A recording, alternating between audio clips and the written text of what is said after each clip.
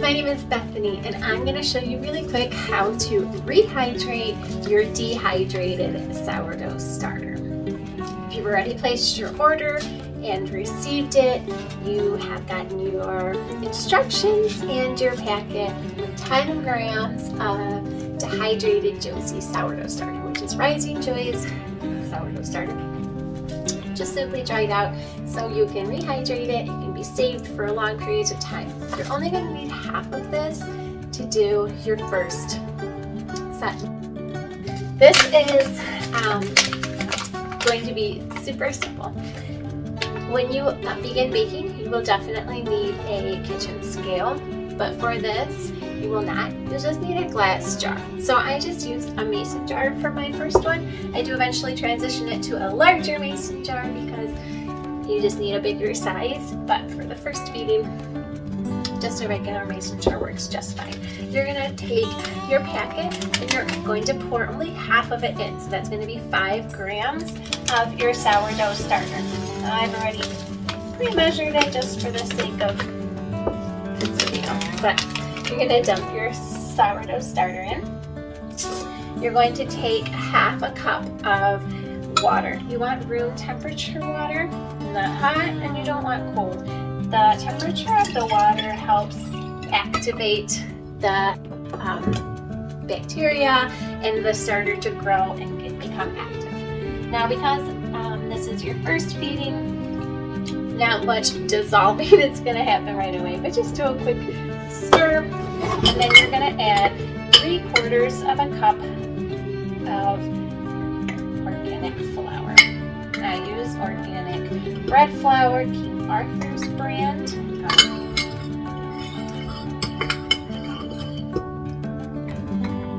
Just stir it around. You're going to put a loose cover on it and let it sit overnight. For me, a simple loose cover when I'm starting is just a sandwich bag. Super simple. You can just gently place it over the top and it stays on and still lets a little bit of airflow. I don't like to restrict it completely, but I also like to keep it covered. So you're just going to stir it around really quick. And all that mashed up, it's kind of going to become a thick, like a batter consistency is, I guess, a good way to describe it. A very thick pancake batter. And then you will do your next feeding in about 24 hours. You just want to set this room temperature somewhere.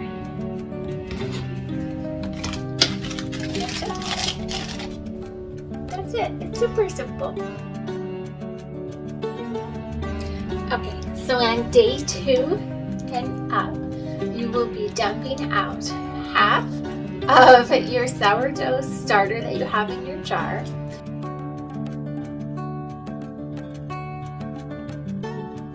And then adding in a half a cup of water. Stir it around. 3/4 a cup of your flour. Stir it around and let it sit for another 24 hours. You are going to continue that process every day until you see it is active, bubbly, and what we like to call a happy starter that is ready for baking. For me, that only took about 3 or 4 days before I was ready for baking when I rehydrated it. And we did it quite a handful of times. So 3 to 7 days, you should be ready. Now, once you start dumping out half and then feeding it, you're probably going to want to move it to a larger jar. So I did eventually move it to a larger jar. And down the road, a whack jar is the best option to have long term if you're going to be doing this. But in the meantime, if this is all you have, it's not that big of a deal. So you're going to feed it. Once you see that it is double in size, so you feed it, put your line here. Try it on like day 3, day 4. Put your line here. 4 to 8 hours later, if it is double in size, you will know that it is ready to start your first loaf. And congratulations! You are an official sourdough baker and you are ready for baking.